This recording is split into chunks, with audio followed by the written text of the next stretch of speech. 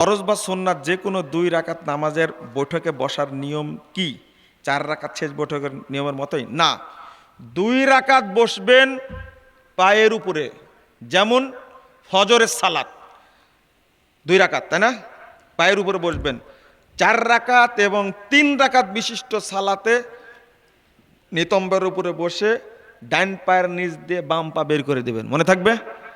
এটাই হলো সঠিক মাসালা। এই মাসালার ব্যাপারে সৌদি আরবের কোনো আলেমের মধ্যে দ্বিমত নাই।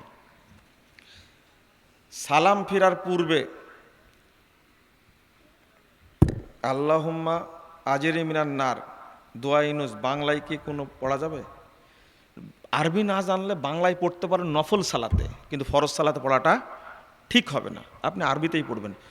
নফল সালাতে তাশাহুদের পরে কোরআন হাদিসে বর্ণিত শব্দ পড়তে পারবেন, এমনকি সেজদাতেও দোয়া পড়তে পারবেন। কোরআনের দোয়া সেজদাতে পড়তে পারবেন। আমরা 2 সেজদার মাঝখানে যে দোয়া পড়ি, টিভির এক মাওলানা বলছে তা শুধু সুন্নাত নামাজে পড়তে হবে। ভুল